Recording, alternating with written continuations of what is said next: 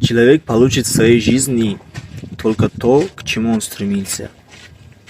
И мы с вами, дорогие друзья, в этой жизни получим не то, что мы хотим, а то, что мы заслужили.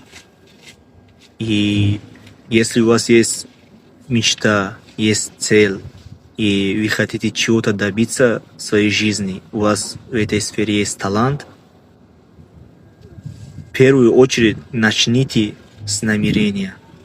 Делайте чистые, искренние намерения, чтобы это было и в вашу пользу, и в пользу людям, чтобы вы могли через свою мечту, через свою цель другим людям служить. И через служение людям получать довольство Аллаха.